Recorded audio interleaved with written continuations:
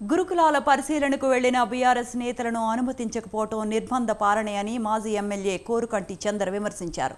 Party పిలుపు మేరకు రామగుండంలో గురుకుల బాటలో ఆయన పార్టీ శ్రేణులతో కలిసి పాల్గొన్నారు. జ్యోతిబా పూలే మైనారిటీ గురుకులాల సందర్శనకు వెళ్లినా తమ పార్టీ నేతలను అడ్డుకోవటం సరికాదని చందర్ ఖండించారు. కాంగ్రెస్ ఏడాది పాలనలో 48 మంది గురుకుల విద్యార్థులు భోజనం వికటించి మరణించడం బాధాకరమన్నారు. గురుకులాలను నిర్వీర్యం చేసేందుకు రేవంత్ సర్కార్ కుట్రలు చేస్తోందని చందర్ ఆరోపించారు. విద్యార్థుల ఆరోగ్యంతో చెలగాటమాడితే ప్రజాక్షేత్రంలో భంగపాటు తప్పదని ఆయన ప్రభుత్వాన్ని హెచ్చరించారు.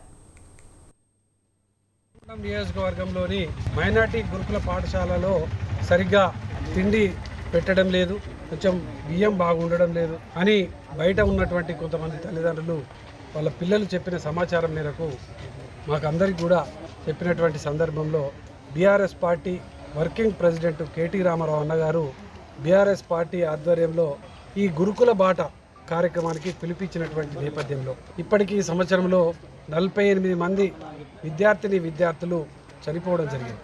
ప్రజల దృష్టికి, ప్రభుత్వం దృష్టికి తెచ్చేటువంటి విధంగా ఈ యొక్క గురుకుల బాట కార్యక్రమాన్ని పెట్టుకుంటే